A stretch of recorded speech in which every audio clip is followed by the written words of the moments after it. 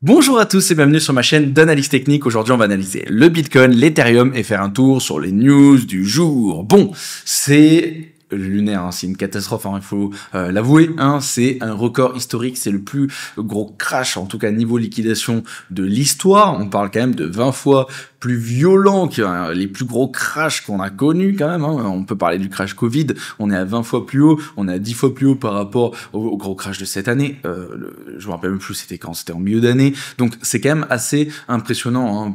Ceux qui ont vécu le crash Covid, hein, j'en fais partie, on était là, mais c'est pas possible, c'est la fin du monde. Là c'est vrai que il y a eu quand même pas mal de doutes pour beaucoup de personnes parce que c'est des événements qui sont exceptionnels. Et là surtout on est sur des records qui sont quand même assez incroyable, ok?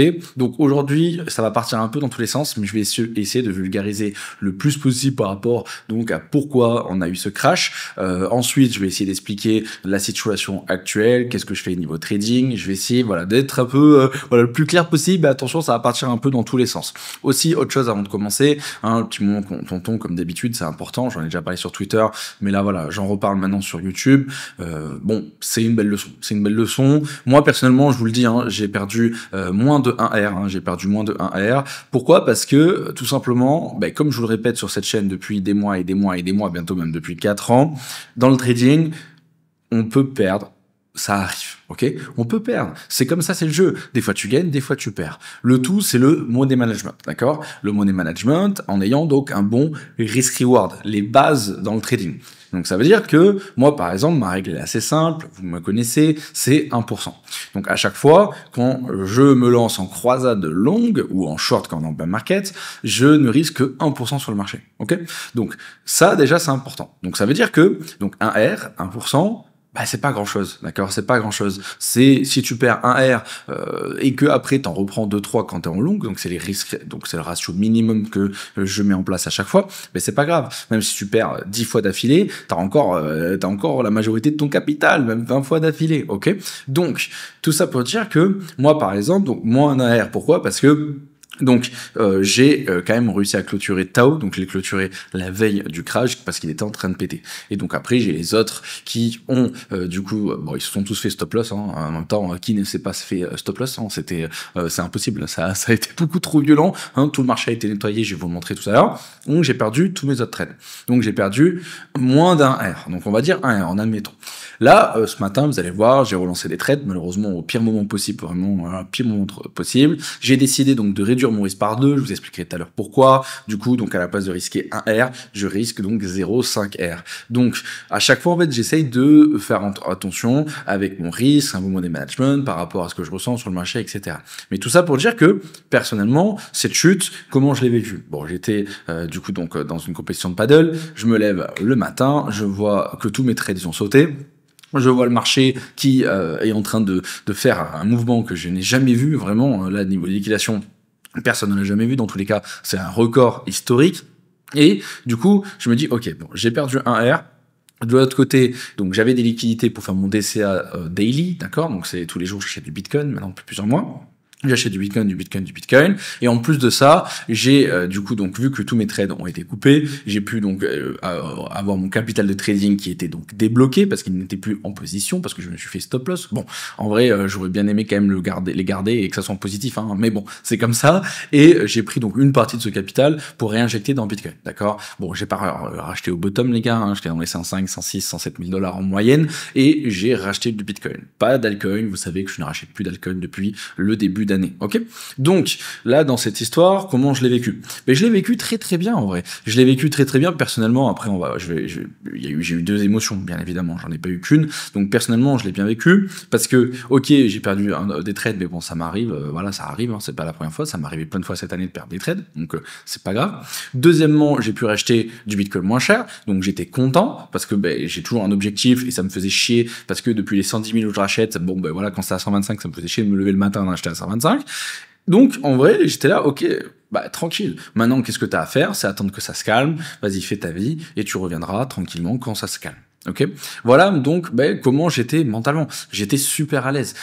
À aucun moment je me suis dit putain j'ai perdu tout mon argent, toutes mes économies, c'est la fin de ma vie, c'est un carnage, c'est la fin des cryptos, c'est le bear market, c'est le machin, c'est le machin, c'est le machin. Vraiment à aucun moment j'étais dans cette dynamique là en fait. Donc après j'ai eu ma deuxième émotion. La deuxième émotion c'est par rapport à la fois à vous et à mes potes, d'accord? Je sais que parmi vous, il y en a beaucoup, donc la majorité qui sont maintenant voilà des vrais traders et qui mettent des stop loss et qui font attention à ce qu'ils font.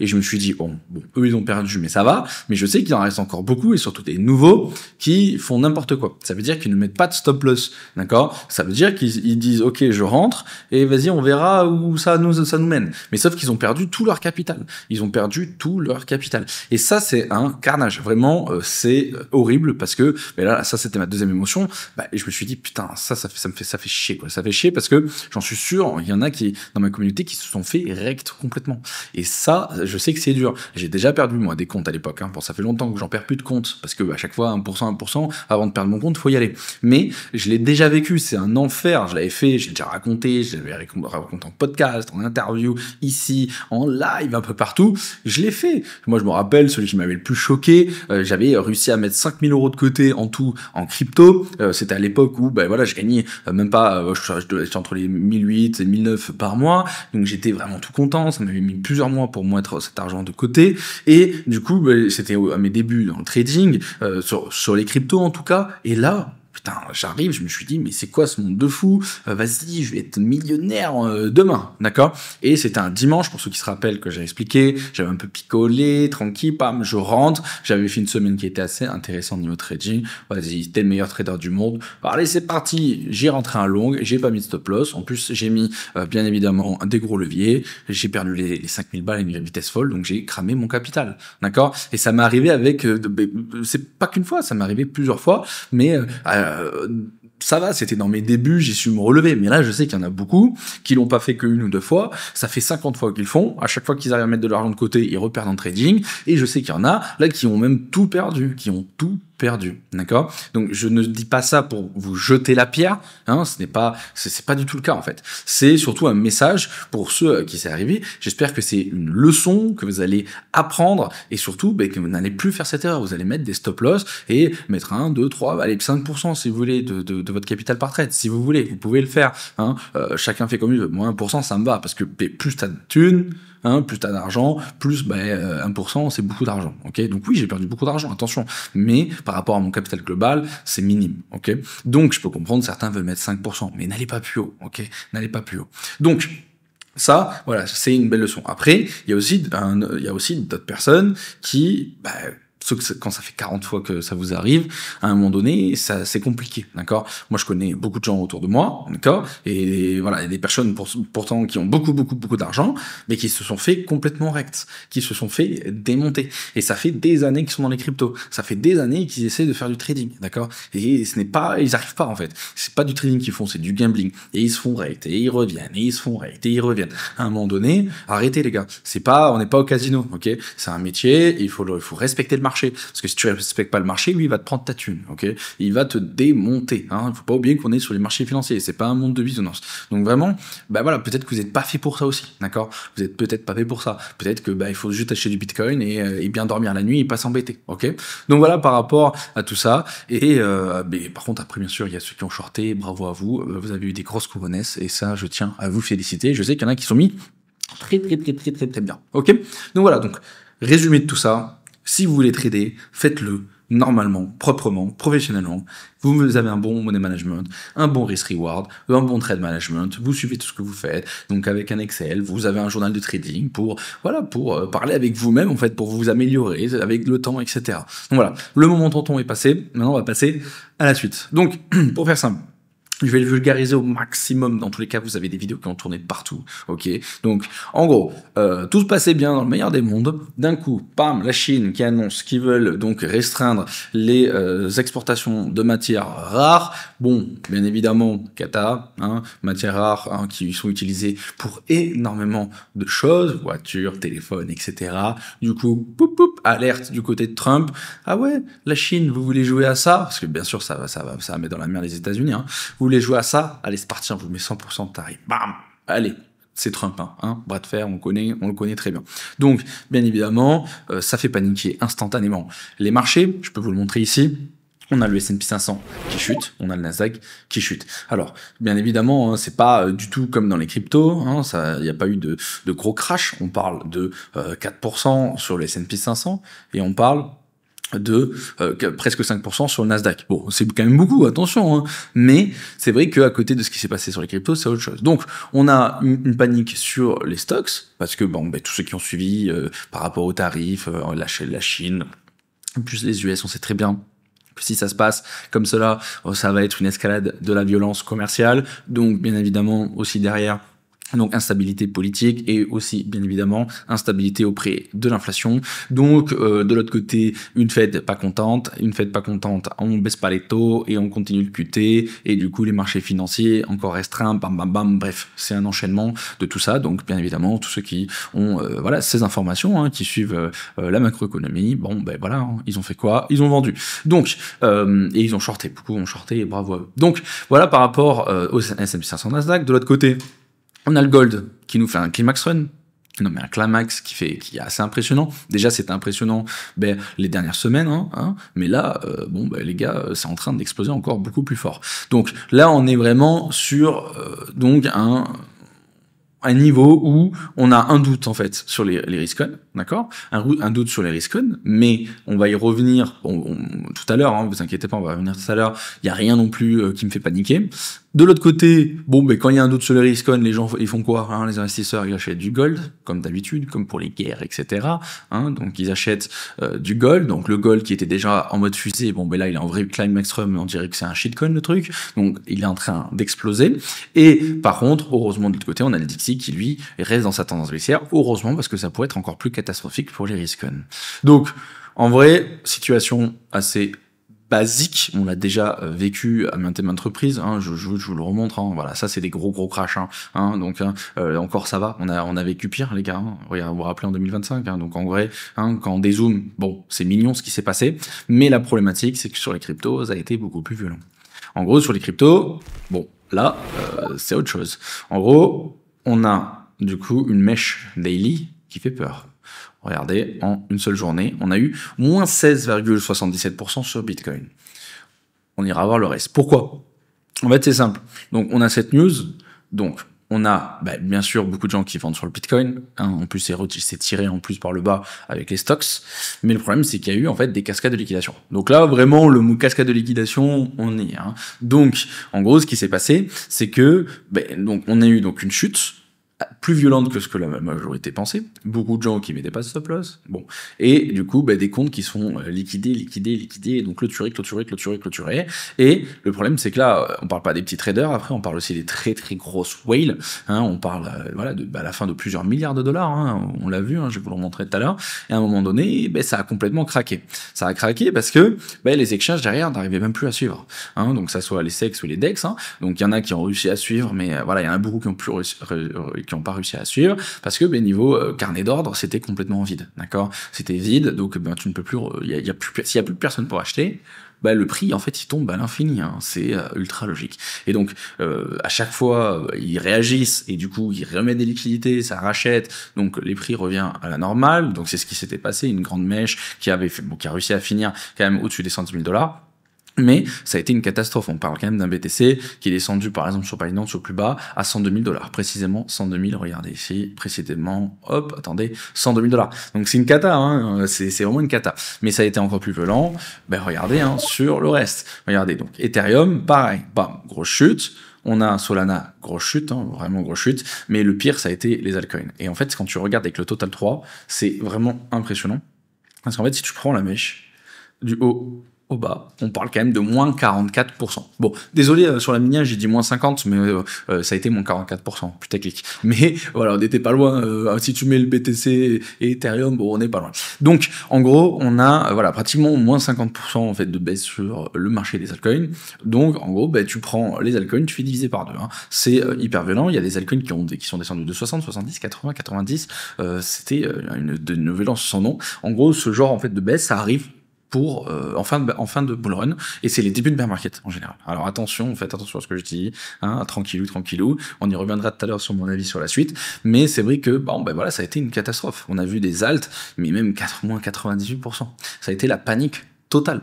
Parce que comme je vous l'ai dit, c'est pas parce qu'en fait il y a eu par exemple, comme en bear market, où tout le monde en fait veut vendre, c'est que niveau order book, ça tenait plus en fait, tout simplement. Il n'y avait plus de liquidité. Hein. Donc ça a complètement pété. Après, ça a été rattrapé, comme vous le voyez. Hein. Regardez par exemple sur cette bougie daily, donc ok, on est à moins 44%, mais on a fini, voilà, on a quand même repris, voilà, on est bien remonté, on est remonté même au-dessus des 700 milliards de dollars.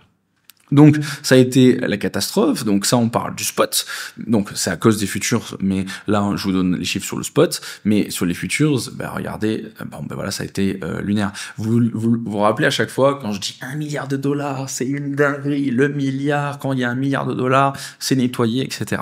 Donc on avait eu 2 milliards cette année, donc c'était complètement incroyable. Quand je dis 2 milliards, c'est en une journée, 24 heures. Mais là, les gars, on a tapé les 20 milliards de dollars, pratiquement. Je pense qu'on les a tapés, les 20 milliards. Pratiquement, en tout cas. 20 milliards, parce que, même peut-être plus, parce que je pense que tous les exchanges ne donnent pas toutes les vraies datas. Mais, les gars, on parle de 20 milliards de dollars. On parle de 16 milliards, pratiquement 17 milliards de longues. Là, le marché a été complètement vidé. Quand je dis vidé, c'est que c'est très très rare, les mecs qui, du coup, ont laissé en fait des longues avec des stop-loss ou des points de liquidation plus bas que là où on est allé en fait. Il y en a eu, attention, mais pratiquement pas. Et c'est là où en fait où c'est incroyable. C'est vraiment le plus gros crash, on va dire en tout cas sur les futures, de l'histoire des crypto-monnaies, les gars. C'est vraiment lunaire. Et en plus, si vous vous rappelez dans la dernière vidéo que j'ai tournée, je disais putain mais les gars c'est propre. Là c'est propre en fait. Il y a plus rien à nettoyer. Mais en fait moi je parlais surtout. Comment dire, moi je parlais surtout en fait d'ici avec BTC en fait. Par exemple BTC qui chute sur ces niveaux, d'accord, avec ETH et Solana, ok en fait, mais jamais de la vie je pensais qu'on allait faire jusqu'à des moins 98% sur les alts. Et en fait c'est là où ça a vraiment beaucoup plus explosé, ok. Et donc c'est vraiment lunaire. Donc pour revenir, on a donc ce gros crash énorme, gros nettoyage, et ensuite donc là vulgarisation max. Si vous voulez, vous pouvez aller sur mon Twitter. Ça commence ici. Vous essayez de trouver ici. Donc là c'était ma dernière vidéo, et vous remontez et vous allez voir en fait petit à petit donc des nouvelles. Hein, d'accord. Donc là on commence le 10 octobre et en fait après j'ai retweeté énormément de choses. D'accord. Au début je voulais vous le faire dans la vidéo petit à petit, mais la vidéo va durer 1h30, c'est pas possible. Donc vous allez dessus et en fait ce qui est bien c'est qu'à chaque fois vous pouvez aller dessus, vous faites traduire le post et vous avez toutes les infos. Il y a des fois des infos en français, mais beaucoup en anglais. Donc n'hésitez pas à faire ça. Hop, je remets pour après pour les news. Donc là, pour revenir, donc pour vulgariser au max, donc on a cette réaction et ensuite derrière, on a des petits échos comme quoi, c'est pour ça que c'est remonté, hein, heureusement aussi. Comme quoi, bon, il y a eu une mésentente entre ce que vraiment la Chine voulait faire et ce que les États-Unis ont compris, ce que Trump a compris. Mais Trump, il a dit, moi, je m'en fous, on va vous mettre 100%, et en plus de ça, moi, je veux même plus le voir. Xi Jinping, il me l'a mis à l'envers. Ben moi, je veux plus le voir, je veux plus faire de meeting, je veux plus en parler. En fait, il était même pas ouvert à la discussion.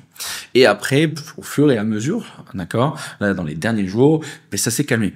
Alors attention, c'est toujours pas réglé, hein, attention. Mais avec, du coup, la Chine qui dit, ah non, mais en fait, voilà, encore une fois, nous, c'est pas ce qu'on veut, ok, c'est pas ce qu'on veut. Donc, ne nous mettez pas cette grosse taxe. De l'autre côté, on a les États-Unis qui disent, ah bon, ok.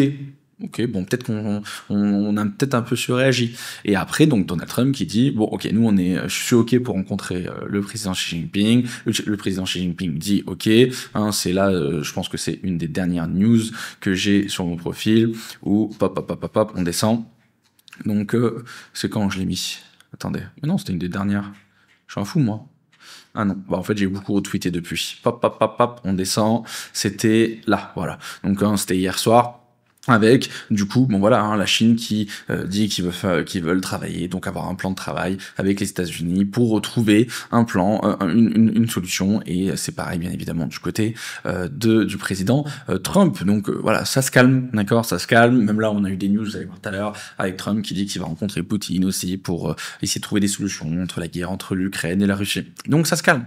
Mais le problème, c'est que il y a toujours ce doute, et donc on peut le voir hein, clairement quand tu regardes les indices par exemple. Donc on a eu cette chute, mais on n'arrive pas à repartir pour le moment, d'accord, hein. Donc on a toujours le gold qui est en train de péter, on a le BTC pareil, il y a eu cette chute, mais on n'arrive pas à repartir vraiment pour le moment. Du coup, il y a encore un doute. Donc il faut faire attention. Il faut faire attention. Alors là maintenant, il va falloir suivre. Donc vous allez voir, bon, en vrai ça va être assez simple. Personnellement déjà, je vais déjà casser les questions dès le début. Pour moi, on n'est pas en bear market, premièrement. Pourquoi? Parce que niveau technique, on n'est pas du tout en bear market.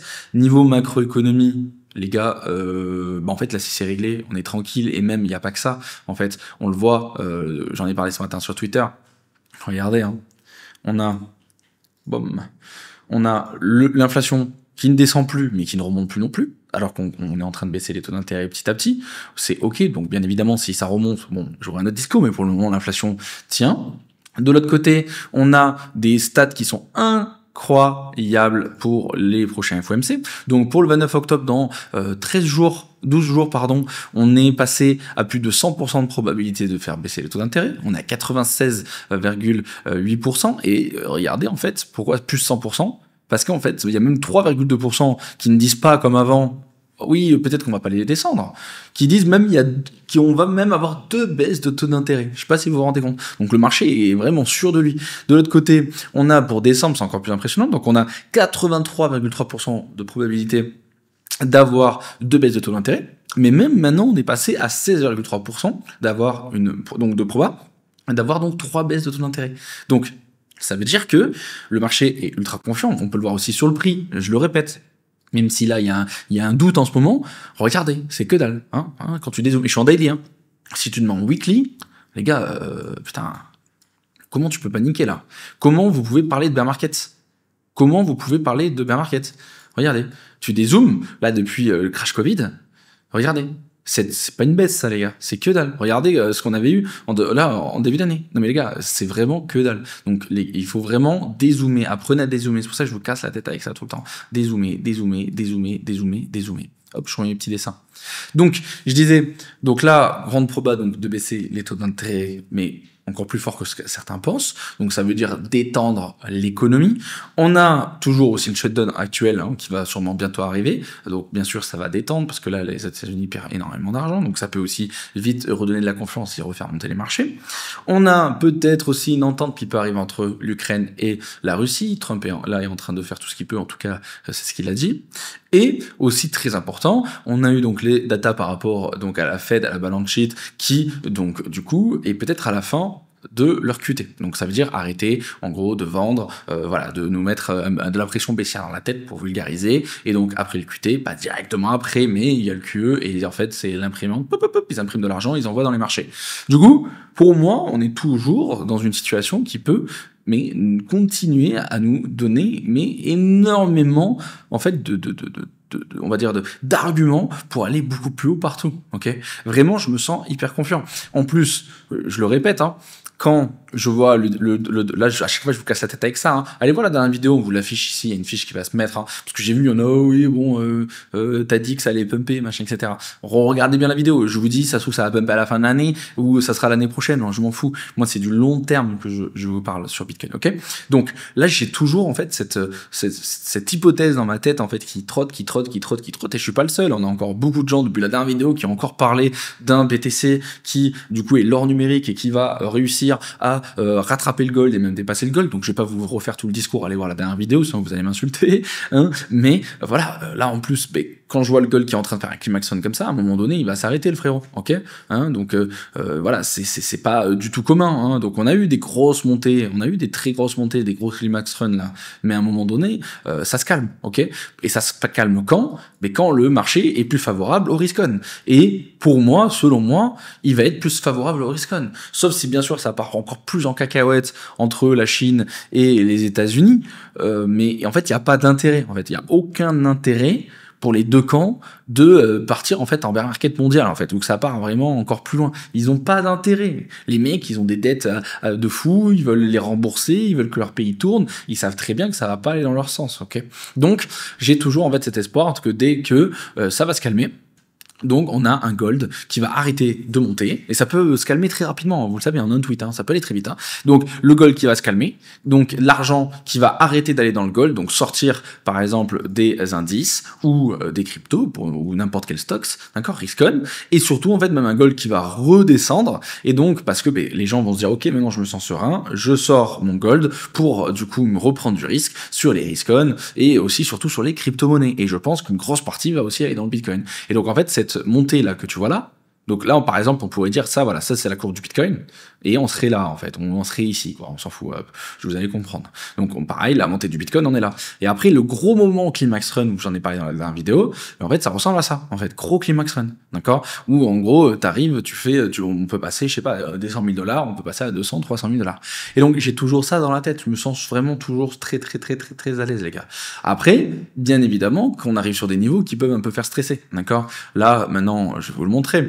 Donc quand tu regardes sur le long terme, donc ça je vous le répète tout le temps dézoomer, c'est très important de dézoomer pour comprendre.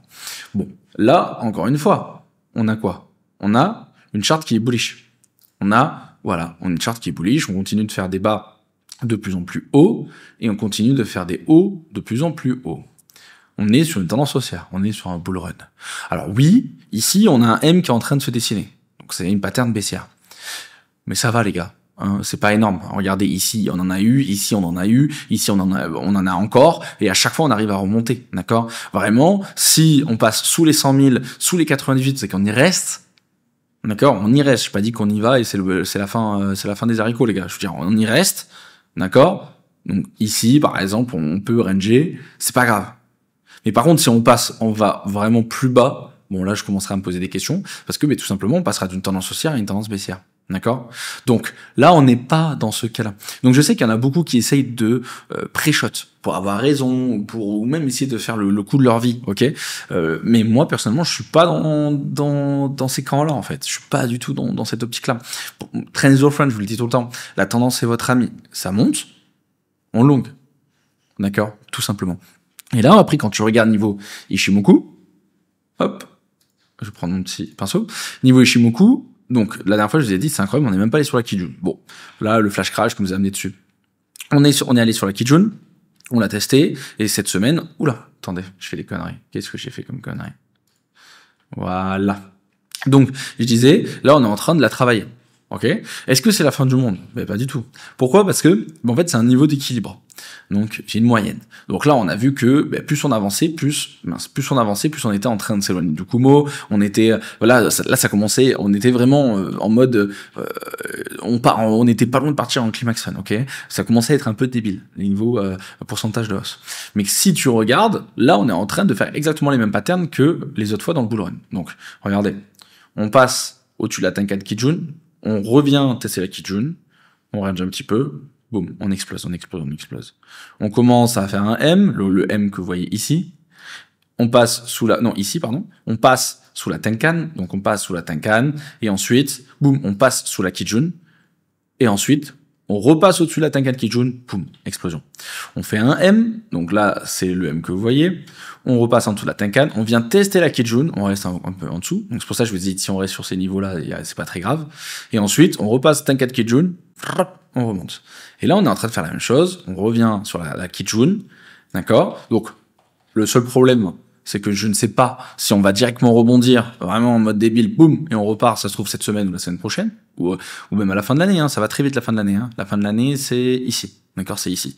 Ou, donc, soit on remonte directement, soit sinon, on va faire comme les autres fois, on va un peu ranger, on va même peut-être retoucher le Kumo, comme on a fait en 2024, d'accord? Donc, le nuage, on vient tranquillement, boum, et ensuite, après, on va faire de nouvelles targets en 2026. Donc, est-ce qu'on va faire de nouvelles ATH en 2025 ou en 2026? J'ai pas la réponse, je ne sais pas. Mais est-ce que c'est vraiment dérangeant, en vrai? Je sais qu'il y en a qui se sont fait des plans, ils veulent avoir de l'argent très rapidement, faire de l'argent rapidement. Je peux le comprendre, en fait, ils ont des plans. Moi, personnellement, j'en ai pas là. J'ai déjà fini mes plans, j'ai tout ce que je voulais mettre en place, ça s'est mis en place. Donc maintenant, j'achète du Bitcoin et je suis pas pressé. Donc qu'il y ait en fait un pump, même sur les altcoins, les gars, j'ai toujours des alts, je continue à les trader, on va en reparler, etc. Mais voilà, si elle season maintenant au Q4, j'y crois fortement qu'elle peut arriver avec tout ce qu'il y a à niveau macro. Mais si elle n'y arrive pas et qu'elle arrive en 2026, est-ce que c'est vraiment un big deal? C'est ça en fait, travailler en fait sur ça. Est-ce que vraiment c'est grave si ça peut être que l'année prochaine? Vous voyez ou pas? Moi, personnellement, c'était pas grave. Donc, que ça pète maintenant ou dans quelques mois, ça me change rien. Bref. Donc, ça, c'est le scénario haussier. Et après, tu as le scénario baissier. Donc, si on reste sur ces niveaux, ça va.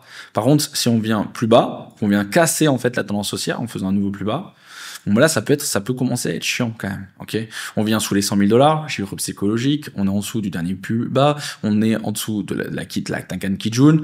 Bon, là, on va commencer à se poser des questions. Et surtout, si on re-rentre dans le Kumo, d'accord? Bon, ben là, les gars, ça risque d'être un peu plus cata. Et on peut le voir, par exemple, dans le dernier bull run. Dans le dernier bull run, on a, du coup, boum, notre grande explosion. Donc, on passe au-dessus de Kumo, on revient en dessous, on galère, zone d'accumulation, boum, bull run.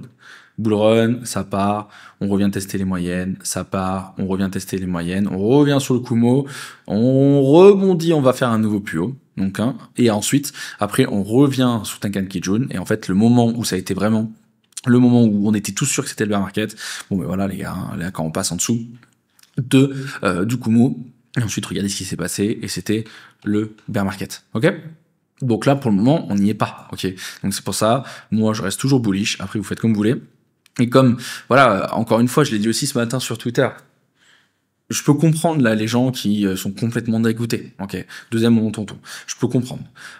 Surtout sur les altcoins, ça fait mal. Hein, sur les altcoins, je vous remontre. Sur les altcoins, on est venu quand même chercher les plus bas d'avril 2025, mais aussi les plus bas de novembre carrément, même avant que ça pump en novembre. Alors qu'on était à deux doigts de faire un plus haut, on était comme des fous. Bon, merci Trump.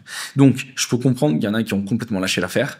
Je peux comprendre qu'il y en a qui veulent lâcher l'affaire. Je peux comprendre, d'accord, je voulais pas la pire.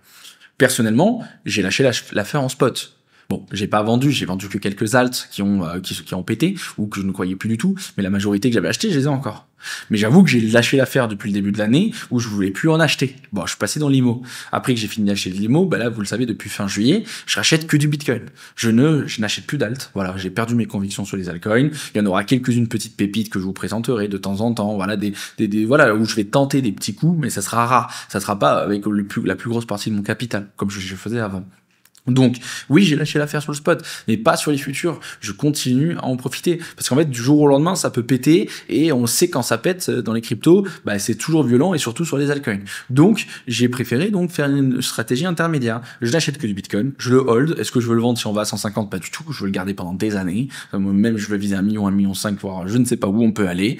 Et sur les alts, je vais continuer de les trader. Voilà, je trouve un juste milieu. Peut-être que vous, ça vous va, peut-être que non. Après, donc, je l'ai dit aussi sur Twitter, il y en a certains qui sont en train de me dire, ouais, mais Alan, je suis pas trader, là, tu me fais chier, qu'est-ce que tu me racontes? Je peux le comprendre. Bon, je vous donne mon avis. Si je n'étais pas trader, en fait, je me ferais pas chier. Je ne traderais pas, du coup, je suis pas trader, mais surtout, j'achèterais que du Bitcoin. Même pas tous les jours, parce que, du coup, ça me prend du temps. Je le ferai peut-être une fois toutes les semaines, ou une fois tous les mois. J'achète, je le mets sur une ledger, je laisse dormir, je ne regarde même pas les news, je regarde même pas de vidéos YouTube. Voilà, je vous donne un vrai conseil parce que ça va contre ma vidéo YouTube, contre ma chaîne carrément. Genre, arrêtez de me regarder, arrêtez de regarder n'importe qui, arrêtez de regarder Twitter, ne regardez plus aucune news, faites votre vie, occupez-vous de votre famille, de vos passions, et vous faites pas chier, et de temps en temps, voilà, vous revenez, vous remettez un billet sur Bitcoin et on verra dans quelques années. Ok? Vraiment, c'est ce que je ferai. Par contre, c'est vrai que, si tu veux essayer d'aller plus loin, de faire plus d'argent. Après, ça dépend pour qui. Il y en a qui vont réussir, d'autres, bien sûr. Bon, il faut faire du trading et il faut être là tous les jours, ok? Ou en tout cas, le plus souvent possible.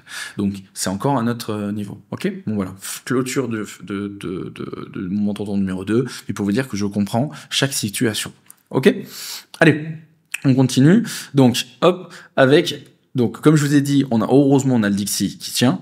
Comme je vous ai dit, le gold, à un moment donné, il arrêtera de monter. Comme je vous ai dit, le S&P 500 et le Nasdaq, pour le moment, ils font une petite pause. Je pense que peut-être qu'on peut avoir un Magic Friday, hein, attention, mais voilà, je pense que peut-être qu'il va falloir un peu que le marché respire et voilà qu'il y ait des news de la part des goths de ce monde, les goths, en tout cas les gens de ce monde. Peut-être un petit tweet de Trump qui pourrait nous faire du bien pour aller faire de nouveaux plus hauts, pour vraiment valider, on va dire, une reprise sur les deux. Donc, il va falloir casser les 6760 points à peu près sur le S&P 500. En fait, ça nous permettrait de faire un W. Et sur le Nasdaq, les 25 182 points à peu près, ça nous permettrait de faire un W. Et là, ça serait bullish. On serait très proche de la TH et ça nous montrerait que les investisseurs reviennent dans la partie. Au moins, vous avez les niveaux. Et après, bien sûr, si on vient faire un niveau plus bas, bon, mais là, les gars, ça risque de chuter beaucoup plus fort. Donc, parce que ça n'a pas tellement chuté non plus sur les indices. Donc, faites attention à vous. Ensuite, sur le long terme, on l'a déjà vu ensemble. On est sur un niveau critique. Hein, donc, restez bien attentif. Ensuite, sur BTC en moyen terme. Donc là, ce matin, je me suis pris une petite fessée. Alors juste avant la fessée, je voulais aussi vous parler du closing CME. Alors, on savait pas s'il allait être clôturé ou pas, comblé ou pas. Bon, c'est fait, comme ça on n'en parle plus.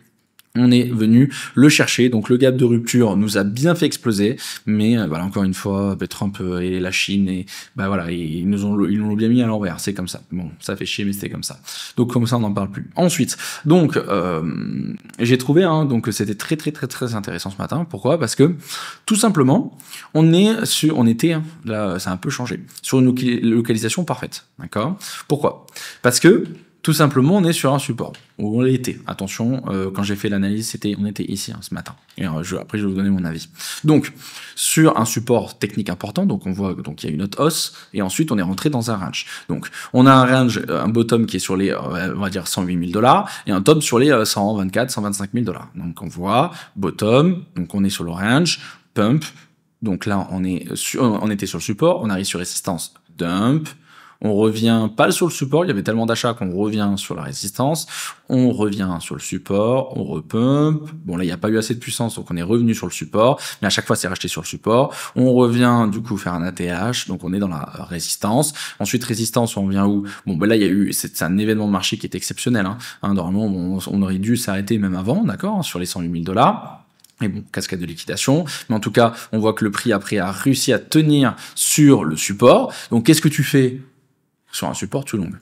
Donc, comme je l'expliquais ce matin, il y avait deux solutions. Donc, soit on est racheté sur le support, on vient donc chercher un ATH, on est content, mais c'est assez risqué parce que on n'est toujours pas sûr de la situation actuelle. D'accord? C'est exactement la même chose pour Ethereum, Solana que je vais vous montrer, et je vais vous dire toutes les altcoins que j'ai lancées. D'accord? Donc, je vous ai dit, voilà. Donc là, normalement, tu le roules. Moi, normalement, qu'est-ce que je fais? Je vous l'ai dit tout à l'heure, je mets un R. Donc je mets 1% de mon capital en tout. Attention, je pense que vous l'avez compris, peut-être que je l'ai mal expliqué tout à l'heure. Je mets pas 1% sur Bitcoin et 1% sur Ethereum et 1% sur Solana, 1% sur tous mes trades. Sinon, je perds 10% ou 11% ou 20% si j'ai 20 trades. Attention, il faut diviser son risque. J'ai peut-être oublié de le dire ça tout à l'heure, c'est important. Quand j'ai 10 trades, d'accord, je mets 0,1, 0,1, 0,1, 0,1, 0,1, 0,1. Attention, ça c'est important. Sinon, ça marche pas, les gars. Attention. Je viens de penser que, en fait, c'est tellement logique pour moi que j'ai peut-être oublié de le dire. Bon, bref. Donc là, en gros, normalement, donc je mets, là, j'ai lancé 11 trades. On va faire plus simple, donc en même temps, 10 trades, tu mets 0,1% sur Bitcoin. Mais sauf que j'ai décidé de, en fait, diviser mon risque en deux. Comme expliqué ce matin, je me sens pas super à l'aise. En fait, quand on était ici, avant que ça redump là, où je suis en train de me faire éclater la bouche, je me sentais pas super à l'aise. Et donc sur Twitter, j'ai dit, bon les gars, je long, je me sens obligé de long. Vous allez voir sur Solana et sur Ethereum, c'est pareil les gars. Genre vraiment c'est pareil. On est sur des supports. Les supports, ça se long. Et ça a très bien marché depuis des années. Je continue à le faire. Des fois ça passe pas, des fois ça passe. Mais là, quand je prends dans la globalité, ça passe plus souvent que ça ne passe pas. Ok? Donc j'ai dit, ok, je long, mais je me sens pas à l'aise par rapport à tout ce que j'ai expliqué tout à l'heure. Donc, je préfère diviser mon risque en deux. Donc, en fait, à la place de mettre 1 R sur la totalité donc, de mes trades, j'ai décidé de mettre 0,5 R. Donc, ça veut dire 0,5% de mon capital. Ok? Voilà. Je pense que c'est assez logique. Donc, en mettant peut-être 10 000 balles de capital, d'habitude, moi, je risque 1000 balles. Donc, par exemple, si la dernière fois, j'avais 10 000 balles de capital, sur 10 trades, tu perds 1000 balles. Simple. Ok, 100 balles, pardon. Oula. En fait, non, 1000 balles. Je suis un malade. 100 balles. Désolé. 100 balles. Moi, vu que j'ai des sommes un peu différentes, j'ai rajouté un zéro comme ça. Bref, 100 balles. Ok, donc 100 balles. Donc 1%. Et donc, si tu mets 0,5, ça veut dire que tu risques 50 balles. C'est pour ça que je vous l'ai dit tout à l'heure. Hein, bon, après, moi, c'est des sommes un peu plus grosses, d'accord, hein, à chaque fois que je rentre je perds 1 R, les gars, c'est minimum 10 000, d'accord, hein, en fonction voilà, de mon capital de trading. Voilà, avant, c'était 10 000. Maintenant, c'est en train de se rapprocher plus. Voilà, j'en dis pas plus. Mais en gros, oui, c'est une grosse somme. Mais quand tu vois le capital total et que, par exemple, tu fais un exemple comme maintenant, bon, je me suis trompé sur l'exemple parce que ça fait longtemps que je parle avec ces sommes, mais en gros, sur un capital de 10 000 balles, vous avez vu, ça fait pas mal au cul. Ok, t'as 10 000 balles, tu perds 100 balles, ça fait toujours chier de perdre 100 balles, attention, pour beaucoup, c'est une journée de travail, ou une journée et demie de travail, ou 2 jours de travail, oui, ça fait chier, mais, je veux dire, par rapport au crash, où c'est le plus gros crash de l'histoire, mais si t'as perdu 100 balles, c'est pas très grave, ok, et si tu trades avec 1000 balles et t'as perdu 10 balles, c'est pas très grave. Par contre, si tu mets pas de stop loss, et que t'as 10 000 balles de capital et tu perds 10 000, ça te fait chier, tu perds tu préfères perdre 100 balles, ou sinon les dégènes qui mettent 10%, bon, voilà, tu perds 1000 balles, c'est pas non plus la fin du monde, ou si t'as 1000 balles de capital, voilà, tu perds 100 balles, ou tu perds 10 balles, ou 50 balles, en fonction, voilà, de ce que tu mets, c'est pas très grave, ok, donc comme ça, au moins, vous comprenez. Bref, tout ça pour dire que, donc, je me sentais pas à l'aise ce matin. J'ai mis donc 0,5 en tout, et pour l'instant c'est en train de bien chuter. Donc malheureusement il y a moyen que je coupe mes trades. Donc en gros j'ai expliqué que là on est sur un support, donc je le long, même si je me sens pas à l'aise, je coupe en deux mon risque, et en fait j'ai expliqué qu'il n'y a pas en fait il y a aucune raison en fait d'aller chercher plus bas en fait. Le marché est complètement nettoyé, d'accord. Donc si on vient chercher plus bas, bon, ben là, les gars, c'est une grande probabilité d'aller en dessous des 100 000 $. En tout cas, aller retester les 98 200, parce qu'en fait, c'est les plus bas, de 22 juin, si je ne me trompe pas, du 22 juin. Ok? Donc là, malheureusement, ce qui est en train de se passer. Donc, moi, mon objectif, mon alerte, c'était autour des 105 000. Donc là, je vois qu'on n'arrive pas à être acheté sur les 105 000. Donc, il y a une grande proba que quand j'arrêterai de tourner cette vidéo, ben, je vais couper tous mes trades. Ok? Donc, juste petite aparté. Je vais vous dire donc les trades que j'ai pris.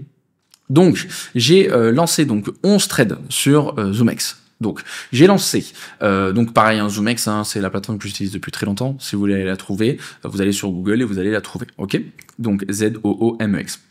Et je mets plus le lien d'affiliation parce que je n'ai plus le droit, d'accord. Donc je fais ça vraiment parce que c'est la plateforme que j'utilise et que je kiffe parce que je gagne pas d'argent, les gars. Donc du coup on a donc un trade sur BTC, ETH, Solana, BNB, SUI, Link, Hype, Doge, PP, AAV et Tao. Voilà. Et après j'ai tout expliqué. Si vous voulez faire une pause, comme ça vous allez comprendre. Donc là, hop, on revient. Donc comme j'ai dit, pourquoi donc les 105 000 $, c'était bon voilà un point important, parce que c'était un niveau de support que j'avais identifié sur les order books, on y reviendra tout à l'heure, et là on n'arrive pas à la rattraper en fait, on n'arrive pas. Donc attention, la journée n'est pas finie, mais c'est vrai que là, les gars, on est vendredi, si c'est pas racheté, en fait, si on revient pas au moins sur les 108 000, les gars, c'est sûr, je vais pas rester dedans, parce qu'il y a une grande proba ce week-end d'aller beaucoup plus bas, d'accord. Donc c'est pour ça que voilà, je reste attentif sur ces niveaux-là, et je suis à 2 doigts de tout couper. Et tout à l'heure, j'ai refait un tweet en disant que j'étais à moins 25 R. Donc déjà voilà, ça me fait encore chier, mais là je suis en perte de moins 25 R sur la totalité de mes trades, et heureusement que j'ai divisé par 2 parce que sinon je suis à moins 50% en moins sur mon capital. Ok, donc voilà, on reste attentif, mais là je suis en train de voir que ça chute, je pense que je vais devoir couper, les gars, je vais devoir couper. Bon, je reste attentif dessus. Donc voilà par rapport donc à Bitcoin, et vous allez voir c'est pareil donc sur Ethereum. Donc ce matin, quand j'ai fait donc mon petit tweet, on était sur ces niveaux, d'accord, on n'était pas encore en dessous du range, et j'ai expliqué, les gars, du coup, ah oui, alors putain, désolé, j'ai oublié, et ce matin j'ai oublié, pour lesquels je crois que je vais couper. Donc je disais, là si on va sur les 104 500, je vais couper. Donc je disais, ici, en gros, pour ceux qui avaient peur de rentrer ici, donc je trouvais que c'était une bonne solution, donc de rentrer qu'avec 0,5%. Et ensuite, donc où est-ce que je vais rajouter donc les 0,5% restants? C'est sur un niveau en fait de breakout intéressant. Donc là, quel est le niveau de breakout? Surtout en fait un niveau technique important. Je crois que je vais couper, les gars. Attendez, j'attends encore un tout petit peu. Ouais, je vais couper. Je reviens, les gars. Ok, mais voilà. Bon, j'ai coupé, du coup, bon, je pense que vous l'avez vu sur Twitter pour ceux qui me suivent. Donc là, c'est bon. J'ai coupé et malheureusement, j'ai perdu 0,36 R. Ça casse les couilles, mais bon, c'est comme ça. Donc, en gros, bon, ben, j'ai bien fait. Donc, bon, je regrette pas d'être rentré, les gars. Encore une fois, pour moi, ne pas acheter un support, c'est impossible. C'est impossible. C'est dans mon plan de trading, en fait. C'est dans mes plans de trading et ça marche depuis tellement longtemps que je suis obligé de les respecter, en fait. Et ceux qui me suivent depuis longtemps, vous le savez que ça a beaucoup payé, hein. Ça a payé ici, par exemple, ici. À chaque fois, ça paye. Donc, comme je vous l'ai dit, hein, voilà, hein, tu gagnes. Bon, ben voilà, hein, tu perds. Ben le tout, hein, c'est de gagner plus que ce que tu perds. Donc voilà, je ne regrette pas du tout. Le truc, par contre, où je suis assez fier de moi, c'est que ici, bon, ben voilà, j'ai pris la bonne décision de diviser par 2 mon risque. Sinon, c'était moins 72 R dans le QU. Et aussi autre chose, vous avez vu niveau trade management. J'ai décidé de couper un peu plus tôt, d'accord. Donc comme ça m'a permis, ben voilà, d'économiser 0,14 R, c'est toujours ça. Donc maintenant, on va voir, hein, peut-être que bon, voilà, c'était un bottom, on repartira. Peut-être qu'on va aller plus bas et on repartira. Mais au moins, ce qui est bien, c'est que là maintenant, vous avez du coup ma vision en direct de ce que je vais faire rapidement. Donc rapidement, je vais dire dans les prochaines heures ou prochains jours. Bon, ben là, les gars, on est en dessous du range. Donc là, je peux plus rentrer. Hein. C'est une porte ouverte pour les 100 000. Peut-être qu'on n'ira pas. Mais impossible pour moi de reprendre un trade maintenant, d'accord? Surtout quand tu coupes un trade, revenge trading, les gars, pire chose à faire. Donc là maintenant, il y a 2 solutions. Solution numéro 1, on revient dans le range, d'accord? Donc c'était encore voilà, une petite peur sur le marché, d'accord, avant la session US. On revient dans le range, hein, 108 000, 110 000 dans ces eaux-là, et je vais refaire du coup les mêmes longues. Hein. Je vais pas me casser la tête, donc les longues que je vous ai dit tout à l'heure, je vais faire exactement les mêmes. Et du coup, est-ce que je vais faire avec 0,5 ou un R? Ça, je n'ai pas encore, je ne sais pas, on verra sur le moment. Et après, donc, ben, l'objectif, hein, ça sera d'aller chercher minimum les 116 000 $. Hein, donc, hein, comme vous le voyez, ça nous permettrait de faire voilà un beau W. Bon là, il est un peu plus moche que ce qui était de base, mais voilà, ça nous permettrait au moins de casser en fait ce plus haut ici, d'accord, et après aller chercher un ATH. Solution numéro 2, c'est d'aller chercher les 100 000 $. Donc là, les 100 000 $, hein, pourtant je vous l'ai dit, il n'y a pas vraiment de raison au niveau liquidation d'aller chercher. Bon là, on a encore fait 1,2 milliard, d'accord, donc ça veut dire que les mecs qui se sont fait liquider, ils ont tous remis de l'argent. Hein. Donc là, même pas, on est à 1,9 milliard, c'est en train de taper fort les gars, comme quoi, bon voilà, les mecs ils ont pas compris. Et donc ce qui se passe, c'est que si on vient sur les 100 000 $, pareil, long direct non, acheter, alors là je vais acheter comme un cochon, mais long direct non, donc il faut faire exactement la même chose. Si on vient chercher donc les leaks juste en dessous des 98 200, vous attendez une structure, un W, et après tu rentres, bam, et après, hop, pareil, tu vises les 110, les 116 et un ATH. Donc voilà, au moins vous avez tous mes plans futurs pour niveau trading. Mais bon là, ça se trouve, je vais faire une petite pause un peu plus longue que prévu. Bon, je préfère faire des pauses que laisser des 0,30 R tous les jours par contre. Ensuite, sur Ethereum, donc exactement la même chose. Hein. Donc voilà, hein, j'ai l'onglet support, hein, donc aucun regret. Les autres fois, ça a très bien fonctionné. Malheureusement, cette fois, les 2 dernières fois, ça n'a pas fonctionné. Hein, donc pareil, ça arrive. Donc là, donc maintenant, est-ce qu'il faut rentrer? Pas du tout. Hein, jamais de la vie. Ici, je suis rentré, mais là, jamais de la vie, je rentre. Donc là, c'est exactement la même chose, les gars. Hein, donc on attend de reprendre les 4 000 $. Donc à la fois le support, mais aussi les fameux 4 000 $ qui sont importants. Et je repartirai en longue. Hein, ça nous permettrait de faire un gros W. Donc ça serait vraiment très intéressant. Première target 4300 et ensuite ATH. Ensuite sur Solana qui lui est plus puissant que le reste, hein, il est quand même toujours sous sa trendline. Donc on est venu chercher avec les problèmes de liquidité, hein, mais bon, c'est des problèmes de leak. C'est un autre point, mais sinon quand tu regardes, on arrive à tenir la trendline haussière avec 1 point, 2 points, 3 points, 4 points. Donc pareil, ici c'est un super endroit pour long, par contre hein, vraiment c'est un endroit parfait pour long sur Solana, mais malheureusement avec BTC qui est en train de tirer à la baisse, c'est impossible pour moi de rentrer maintenant, d'accord? Donc bien évidemment, si BTC, ETH, en tout cas BTC revient dans son support, bon là à ce moment-là, Solana devrait être ici à peu près, et là à ce moment-là je ferai un long sur Solana, première target 210, ensuite 240, ensuite 250, et après on verra. Donc voilà, sur Solana pareil, hein, je referai un long.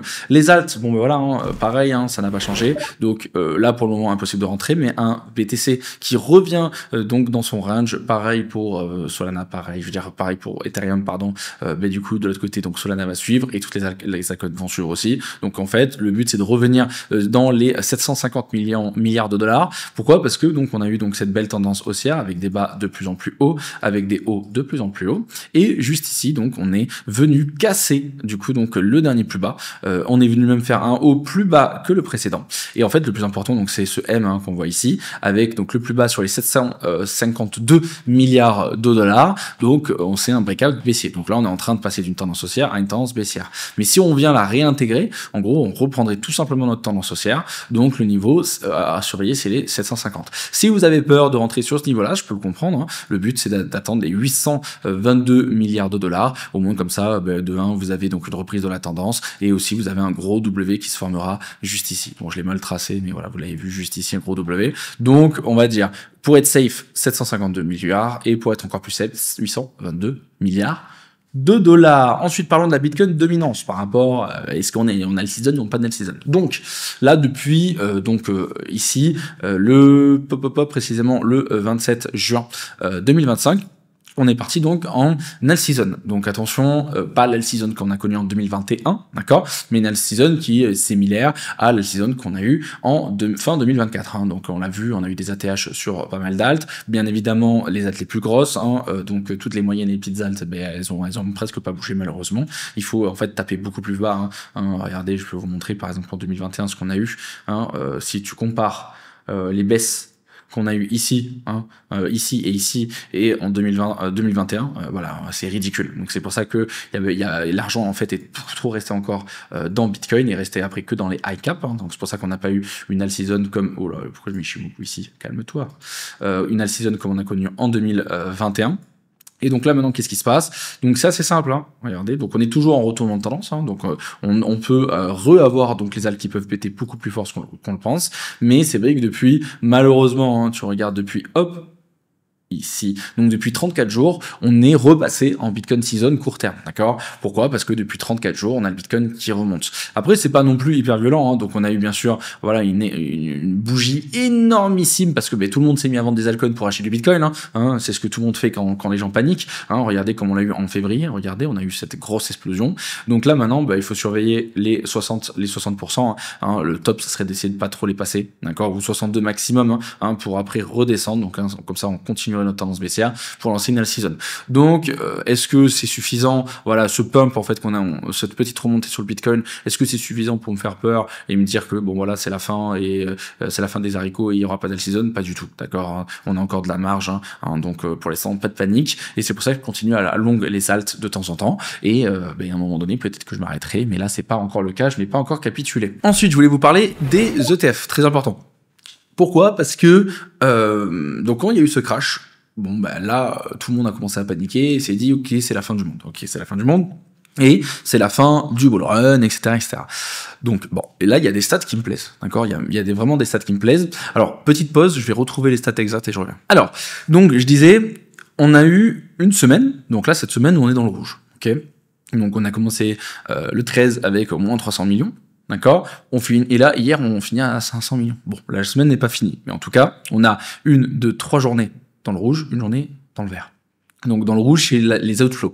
Donc c'est l'argent qui sort des ETF, d'accord. Et en noir, bon ici, hein, ça devrait être en vert, mais c'est l'argent qui rentre dans les ETF, donc c'est les inflows. Quand tu regardes, en fait c'est pas du tout impressionnant. Même moi, hein, en vrai, je peux vous mentir, hein, quand j'ai vu le crash, je me suis dit, oh là, attends, quand ça va réouvrir les marchés, lundi, ça va être une catastrophe. Les gens vont paniquer. Je pensais même que des professionnels allaient paniquer. Et pas du tout. On a eu seulement 326 millions d'outflow lundi. Et mardi, on a eu même de l'inflow, 100 millions. Quand tu regardes, tu fais le global, on a eu seulement moins 829 millions de dollars cette semaine d'outflow. Moins 800 000.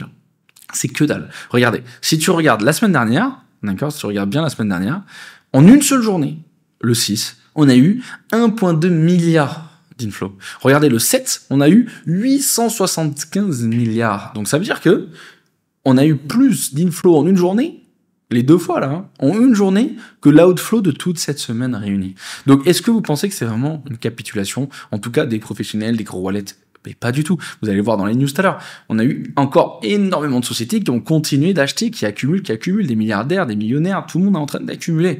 Et moi, c'est ce que je fais aussi. Je suis la tendance.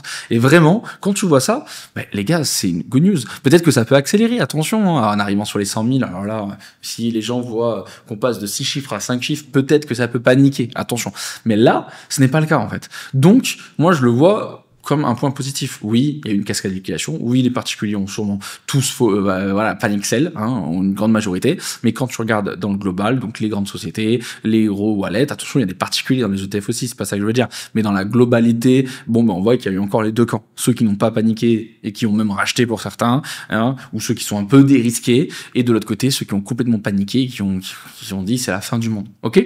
Et c'est la même chose sur Ethereum. Regardez, cette semaine, elle est ridicule. Regardez, on a commencé direct. Logique, on ouvre la semaine avec moins 428 millions. C'est beaucoup, hein, attention, un demi-milliard sur Ethereum, c'est beaucoup. Mais regardez, déjà mardi, 236 millions d'inflow. Mercredi, 169 millions d'inflow. Ensuite, hier, il y a eu 103 millions d'outflow. Mais quand tu regardes le global, mais les gars, c'est lunaire. Il y a eu donc cette semaine que moins 126 millions de dollars, les gars. Moins 120 millions de dollars, moins 126. C'est que dalle. Regardez les autres semaines. Regardez, on faisait des journées à plus 400, plus 200, plus 120, 180, plus 300, plus 500, les gars. Donc en gros, c'est comme si on était presque à zéro cette semaine sur Ethereum. Alors attention, la semaine n'est pas finie. Aujourd'hui, ça peut accélérer encore. Mais même si ça accélère, c'est que dalle en fait. Donc, moi, je le vois comme une bonne nouvelle, en fait. C'est pour ça que si ce matin, j'ai long. Bon, malheureusement, j'ai perdu. Bah, c'est comme ça. On peut pas toujours avoir raison. J'ai été mauvais 2 fois. Ça arrive. Mais, voilà, moi, je le vois pas du tout comme un point de capitulation. Après, bien évidemment, encore une fois, voilà, regardez ce mur.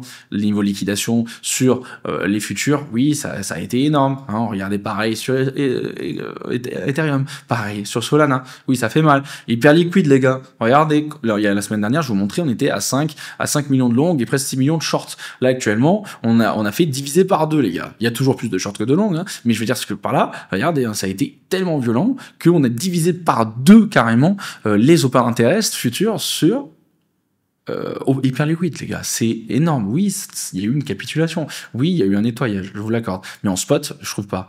Ensuite, autre chose de très intéressant.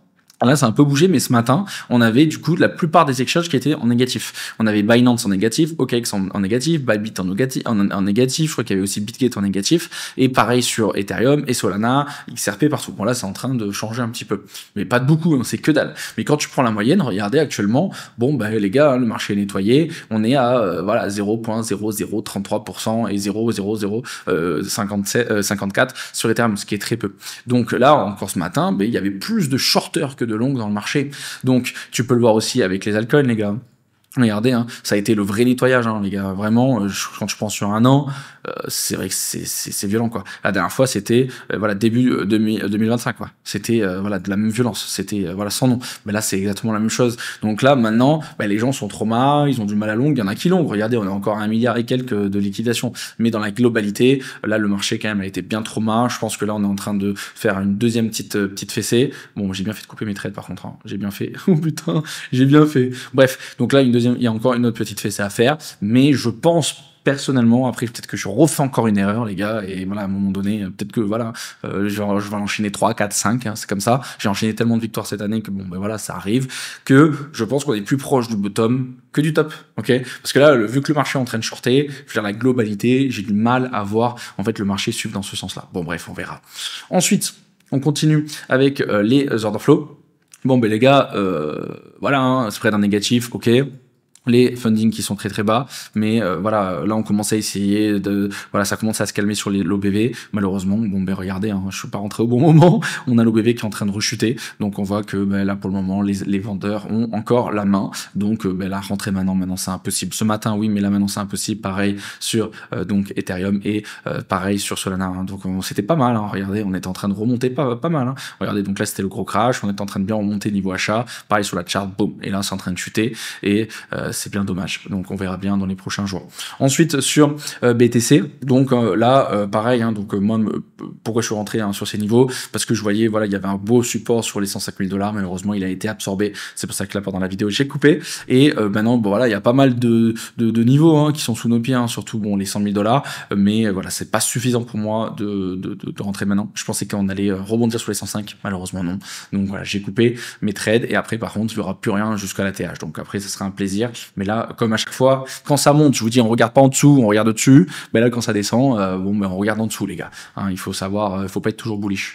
Ensuite, de l'autre côté, sur Ethereum, pareil. Hein, donc voilà, j'ai long ce matin. J'étais là, putain, mais regardez toute la thune qu'il y a ici, ça va absorber. Bon, en fait, bon, ben, on a absorbé, mais on est en train d'encore de chuter. Donc c'est pour ça que j'ai vendu. Après, par contre, voilà, il y a des très gros ordres sur les 3005. Mais bon, ça ferait bien chier de retourner au milieu de range quand même, je vais pas vous mentir. Donc voilà, pourquoi aussi j'ai long et pourquoi je sors, parce que je vois qu'on n'arrive même pas à absorber. Donc ça risque d'aller plus bas. On verra. Sur Solana, pareil, j'avais vu donc des gros ordres sur les 180 $, hein. J'aurais pu attendre les 170, mais je me suis dit, attendez, les 180, 175, c'est énorme, et en fin de compte, on est venu aussi les absorber, donc là, les vendeurs sont beaucoup trop puissants pour le moment. Il faut attendre que ça se calme, peut-être que ça va changer avec la session US, peut-être pas, donc attention. Bon allez, on continue avec les news les gars, la vidéo est interminable, interminable. J'ai pas d'heure en plus dans 30 minutes donc il faut que je me bouge. Donc allez, c'est parti. Donc ah oui, juste vous avez vu, là j'ai perdu pareil 0,36% mais ça me fait aucune émotion hein. Donc s'il vous plaît, mettez des stop loss et ayez un bon risk management les gars, vous allez voir que la vie elle est tellement plus simple. Allez, on continue. Donc les fonds souverains intergénérationnels du Luxembourg a investi 1% de ses avoirs dans des ETF Bitcoin, devenant ainsi le premier fonds au niveau étatique de la zone euro à le faire les gars. Et en plus ils sont autorisés à mettre jusqu'à 15% les gars. Et ça c'est vraiment un point très très important parce que c'est quand un le fait, les autres le font, d'accord? Donc il faut que ça continue parce que là il y a des milliards et même des centaines de milliards qui peuvent être injectés et donc ça c'est une très bonne nouvelle. Ensuite, on a du coup donc le fondateur de Binance, CZ, qui déclare que les frais de gaz de la BNB Chain ont été divisés par 20 cette année. Hein, donc voilà, GG à lui, hein, et GG à Binance et à BNB. Pourquoi? Parce que bon, les mecs, hein, on a bien vu, hein, c'était lui qui a mené là-dedans ces derniers jours. Ensuite, bon voilà, Adam Back, hein, donc le cypherpunk, hein, qui est pour beaucoup et Satoshi, voilà, qui a encore parlé en disant acheter du Bitcoin tous les mois et ne shorter jamais. Donc là, bon, ceux qui shortent depuis quelques jours, ils ont raison, mais quand tu prends sur le long terme, je suis complètement d'accord avec lui et c'est ce que je suis en train de faire. Ensuite, on a donc la sénateur Loomis, hein, qui nous met bien encore, hein, qui a dit à Jack Dorsey que qu'ils ont en fait un projet de loi PRIP pour des exonérations fiscales de minimi sur le Bitcoin. Donc bientôt les paiements Bitcoin, voilà, qui seraient exonérés d'impôts. Je pense que ça serait que pour les petites sommes. Ça serait vraiment incroyable. Ensuite, donc on a Arthur Race qui prédit que le cycle traditionnel de 4 ans sur Bitcoin est terminé. Il pense qu'une augmentation de la masse monétaire bénéficiera aux actifs numériques et je le pense aussi. Pourquoi? Ben là on l'a vu, hein, donc il y a eu un très gros crash par exemple. Peut-être qu'on va aller plus bas, attention, mais je pense pas que là c'est la fin et qu'on va faire des moins 50% ou des trucs comme ça. Je pense que en gros on est peut-être sur un super cycle, mais la vidéo est trop longue déjà. On en reparlera plus tard. En plus j'en ai parlé avec pas mal de potes dans la crypto, donc je suis un peu d'accord avec lui. Ensuite on a du coup très good news, hein, de la part de Morgan Stanley, hein, qui enlève donc les restrictions sur le Bitcoin et les crypto-monnaies pour ses clients, et ça c'est voilà, c'est YouTube, hein, comme news, hein, toutes les banques qui tournent leur veste. Donc ensuite, bon, tout ça on va pas en reparler les gars, on va pas en reparler, allez-y lire les gars, c'est super intéressant, comme aussi la whale qui a bien évidemment shorté juste avant que ça chute, hein, et qui s'en est mis plein les poches. Allez voir tout ça, tout est sur mon Twitter. Ensuite on a l'aéroport d'Abu Dhabi les gars, qui donc démarre, qui j'arrive même plus à parler les gars, qui accepte donc désormais le Bitcoin et les crypto-monnaies comme moyen de paiement. C'est juste les gars, on parle quand même de l'aéroport d'Abu Dhabi, qui est ultra utilisé et du coup c'est énorme comme news, hein, les gars. Donc plus ça va avancer, plus ça sera démocratisé. Très good news. Ensuite, on continue, donc ça on l'a déjà vu, on en a déjà parlé. Bon, ça va, la petite dédicace à Trump, hein, quand je vous le dis que c'est pas son intérêt d'aller en fait voilà, contre le marché. Et regardez, hein, il s'est pris une belle fessée, hein, son coin Trump qui a perdu au plus bas en tout cas 82%, voilà, ça pique. Ensuite, on continue, on a déjà vu tout ça. Ensuite, niveau 1, donc impression de stablecoin, c'est une dinguerie, je vais pas vous en parler, j'en parle déjà à chaque fois, je vais vous les dire à chaque fois, mais là il y a eu énormément de nouveaux stablecoins, donc ça c'est une bonne nouvelle. Ça veut dire qu'il y a encore beaucoup d'argent qui rentre dans les cryptos et pas le contraire. Donc good news. Donc encore $1 milliard d'USDT qui ont été mint. Good news aussi par rapport à AV qui ont réussi en fait à tenir en fait les liquidations. Donc bravo à eux. Donc voilà, c'est les numéros 1 et on peut vraiment les féliciter. Donc c'est bullish pour AV. Je suis content. Je suis presque long à chaque fois comme vous le savez et j'en ai aussi pas mal dans mon portefeuille. Ensuite, encore 250 millions d'USDC qui ont été mint. Ensuite, ça on en a parlé. Donc là, pas là, hein, on en a parlé. Ensuite, bon voilà, on est parti dans l'extrême peur, les gars, logique. Ensuite, toutes les news macro, bon, je les ai mis lundi, mais elles sortent pas parce que on est en shutdown pour le moment. Ensuite, encore 250 millions d'USDC, encore 250 millions d'USDC qui ont été mint. Tout ça, on en a parlé, mais allez voir, voilà, hein, c'est entre la Chine et entre la Chine et les US, tout ce qui se passe, etc. Allez voir, je vous ai fait un petit résumé. Ensuite, on a du coup voilà, très good news aussi par rapport à Solana, qui du coup pendant le crash du marché des cryptos, Solana aurait atteint 100 000 transactions par seconde sans que le réseau ne soit dégradé. Donc vraiment c'est juste incroyable, Solana ultra bullish. Ensuite, on a Michael Saylor qui a annoncé dimanche qu'il avait acheté donc des bitcoins. Et donc on a eu la somme exacte, vous allez voir, c'est pas énorme, on s'en fout, c'est quand même toujours une très très good news pour nous. Ensuite tout ça on l'a vu, voilà, ne vous inquiétez pas pour la Chine, tout ira bien, le président Xi, très respectueux, a connu un mauvais moment, il ne veut pas de dépression pour son pays, moi non plus, les États-Unis veulent aider la Chine, pas lui faire du mal, voilà ce que je vous expliquais tout à l'heure. Ensuite, bon bah de l'autre côté, les gars, donc Holding qui profite de la chute du marché, comme je l'ai fait, pour acheter 400 bitcoins pour 446 millions de dollars. Ensuite, bon ben voilà, ça on peut pas faire plus bullish les gars. Le crypto a un rôle à jouer de la même manière que l'or, c'est une alternative et dans la bouche de Larry Fink, c'est le CEO de BlackRock, donc le plus grand fonds d'investissement au monde, c'est le patron du monde. Bon ben voilà, comment ne pas être bullish. Ensuite, on a eu encore 250 millions d'USDC qui ont été mint. Ensuite, bon voilà, on a donc la news par rapport à Michael Saylor qui a acheté pour 27,2 millions de dollars, donc très good news. Ensuite, on continue, que les news par rapport à la Chine, allez voir, de l'autre côté, la Chine et les US qui presque se disent, bon, il s'est rien passé, on va trouver des solutions, mais bon, j'attends que ça signe, vous vous rappelez comme à l'époque. Ensuite, on a, du coup, on en a parlé, Bitman aussi, qui ont, Bitmine, je sais même plus comment on le dit, qui annonce avoir augmenté ses détentions de 202 000 Ethereum lors des récentes liquidations de marché. C'est juste une dinguerie, les gars. Les mecs, ils arrivent, ils ont buy the dip de fou et il y en a beaucoup qui l'ont fait. Ensuite, il y a le CME Group qui annonce qu'ils vont lancer aussi des options sur Solana et XRP. Très très good news vraiment pour Solana et XRP. Ensuite, donc on a le secrétaire au commerce, donc Lutnick, qui dit que à chaque donc chute de Bitcoin, en gros, il va en acheter et ça c'est hyper bullish. On parle du secrétaire au commerce des États-Unis qui est en train de dire bon les gars, buy the dip, et ça c'est assez fou, donc ça fait plaisir. Ensuite on a très good news par rapport à Amundi, qui est du coup donc le plus grand asset manager donc d'Europe, voilà, quand même ils ont plus de 2 trillions les gars, donc c'est énorme. C'est pas BlackRock non plus, mais bon voilà, c'est énorme les gars, je sais pas si vous vous rendez compte, qui veulent lancer du coup donc un ETF et Bitcoin, et c'est hyper bullish. Ensuite on a le CEO de Binance qui a dit que donc il y a beaucoup en fait de pays, différents pays qui achètent en fait du Bitcoin dans les réserves donc pour leur réserve nationale, et ça c'est une dinguerie parce que voilà, on le sait, la course au retail, après ça a été la course aux sociétés privées, après les sociétés publiques, après aux fonds, après aux banques, après voilà, bon bref, vous avez compris, et maintenant ça va être la course aussi aux pays qui vont acheter des Bitcoins, et c'est hyper bullish. Ensuite on continue avec dans la même dynamique avec le politicien Nigel Farage, donc UK, qui du coup donc supporte le fait de rajouter en fait du Bitcoin dans les réserves nationales si il est élu. Donc voilà, il fait sa campagne politique pour les Bitcoiners et les crypto guys très très fort, et c'est vraiment bullish pour la suite. Ensuite on a aussi Citibank qui confirme qui en fait qui vont lancer la possibilité donc de détenir donc des crypto, Bitcoin, etc. en 2026. Donc c'est une très très très good news, tout le monde tourne sa veste, je vous l'ai dit.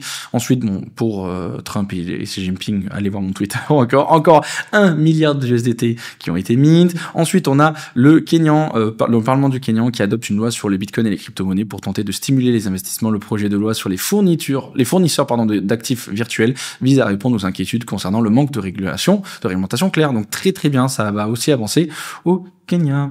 Alors, ensuite, tout ça, on l'a vu, allez voir. Ensuite, on a, ça me fait kiffer, regardez ce fou. Bref, c'est un goth, pas ce fou, mais bon, des fois, il est un peu fou. On a le bouton qui devient, donc on en a beaucoup parlé, ils ont acheté du Bitcoin, voilà, ça a fait, ils ont miné du Bitcoin, ça a fait vraiment le buzz, ils ont gagné la thune, ils sont trop forts, j'adore, qui devient donc officiellement la première nation à créer son système national d'identité numérique sur Ethereum. Donc là, on parle de pure tech, vraiment, c'est huge, je vous en ai déjà beaucoup parlé, on parle beaucoup de profit, d'argent, mais la tech d'Ethereum, les gars, toujours aussi solide, avec du coup la possibilité, donc là comme je vous l'ai dit, d'avoir donc les cartes en gros d'identité numérique sur Ethereum, donc sur la blockchain, et c'est vraiment une avancée majeure, c'est huge, quand un le fait les autres le font, et je trouve ça vraiment très très très très bon pour nous. Ensuite Gary Gardner qui a acheté 10 bitcoins de plus le matin du crash, donc encore un autre qui s'est mis bien. Ensuite il y a eu donc une saisie record de bitcoin de la part des États-Unis envers une arnaque qui était auprès qui a été fait par un ressortissant cambodgien. Les gars, c'est une dinguerie parce qu'ils ont réussi à saisir 127 000 bitcoins, donc pour 14 milliards de dollars. Donc hop, allez, Trump il doit bien être content. Ça s'est rajouté dans les caisses des États-Unis. Donc maintenant ils ont 325 000 bitcoins pour 37 milliards de dollars. C'est huge. Donc bon, bref, ils ont pratiquement doublé leurs réserves. C'est juste incroyable. Et en plus ils ont bien signalé qu'ils ne veulent pas vendre. Donc c'est bien. Ça fait moins de bitcoins sur bon après peut-être qu'ils peuvent changer d'avis un jour. Attention. Mais ça fait moins de bitcoins à vendre. Ensuite on a Larry Fink qui annonce en direct sur CNBC que l'ETF Bitcoin Spot de BlackRock dépasse les 100 milliards de dollars d'actifs sous gestion. Il s'agit de l'ETF avec la croissance la plus rapide de l'histoire. C'est vraiment juste incroyable. Bref, c'est trop bien. Ensuite, du coup, donc, pareil, hein, Powell qui nous a fait ce petit message, donc vous en avez parlé tout à l'heure, hein, la fin de la contraction du bilan pourrait être proche dans les mois à venir, donc, comme je l'ai dit, bientôt peut-être la fin du QT, et dans la bouche de Powell, ça fait plaisir, parce que quand il dit quelque chose, normalement, voilà, c'est que ça va arriver, hein, on le connaît, ou sinon il dit rien, donc voilà, c'est bientôt, voilà, hein, la folie qui va revenir, donc j'espère qu'on va pas trop souffrir au passage. Ensuite, en attendant, ensuite, il y a Strap qui ajoute la prise en charge des paiements de stablecoin pour les abonnements, voilà, hyper huge, les gars, je passe... C'est juste une super bonne nouvelle, les gars. Tu te rends compte, tu peux payer des abonnements directement en stablecoin. Bref, c'est trop bien. Ensuite, on a encore 250 millions et 250 millions d'USDT qui ont été mis. Ensuite, encore une fois, entre la Chine et le président et Trump, bon bref, voilà, hein, allez lire. Ensuite, encore 100 millions et d'USDC et après 1 milliard d'USDT qui ont été mis. Ça n'arrête pas, les gars, c'est une très good news. Ensuite, on a le marchand Square hein, qui, du coup, maintenant accepte les paiements en Bitcoin pour les Américains pour la première fois et c'est vraiment ultra une bonne nouvelle, les gars. Ensuite, donc ça, on l'a déjà vu. Donc voilà, hein, donc ça, je vous l'ai déjà montré. Allez, on continue. Ça, je vous l'ai déjà dit par rapport à Poutine. Ensuite, très good news aussi par rapport à la Californie qui passe une loi, hein, donc huge, les gars, très good news pour du coup donc permettre au gouvernement donc de détenir du Bitcoin et des crypto-monnaies, les gars. C'est huge, les gars. On parle quand même de la Californie. C'est bon. Bref, et du coup, les autres vont suivre, hein. Quand l'un passe, fait quelque chose, les autres suivent. Et regardez, la preuve, juste ici, putain, le crypto Fahrenheit qui chute. La preuve avec une nouvelle news qui a suivi juste derrière, avec du coup donc le représentant de l'État du Floride, donc Webster Barnaby, qui a présenté le projet de loi 183, donc pareil pour permettre donc à l'État de Floride d'avoir une réserve stratégique de Bitcoin et ça serait juste incroyable. Donc quand on le fait, les autres le font, comme avec Sharplink qui a réussi à lever encore 76,5 millions de dollars pour racheter encore plus de Bitcoin, et comme de l'autre côté DeFi Development Corp qui est coté au Nasdaq qui a acheté 86 000 Solana pour 16 millions de dollars. Donc voilà, buy the dip depuis la part des professionnels. Bon, désolé, à la fin j'ai accéléré, mais je suis grave en retard. Donc voilà, en tout cas j'espère que cette vidéo vous a plu, j'espère que vous avez appris aussi, surtout n'hésitez pas à la regarder les moments tonton, voilà, faites vraiment les choses bien, et vous allez voir que ça devient plus facile. Oui, ce n'est pas facile, oui, là par exemple, ça fait 2 fois, je perds de la thune, mais quand tu prends sur l'année, c'est pas non plus un big deal, d'accord? Donc apprenez à bien contrôler vos émotions, apprenez à avoir un trading responsable, professionnel, mettez des stop loss, un bon pourcentage, vous allez voir que ça va bien se passer, et ça sera aussi plus facile de holder des cryptos à côté en spot, vous allez voir, ça sera beaucoup plus facile. Sur ce, comme d'habitude, si cette vidéo vous a plu, n'oubliez pas de vous abonner, mettre un pouce bleu, un commentaire, ça donne de la force. Je vous souhaite une bonne journée et à la prochaine. Ciao!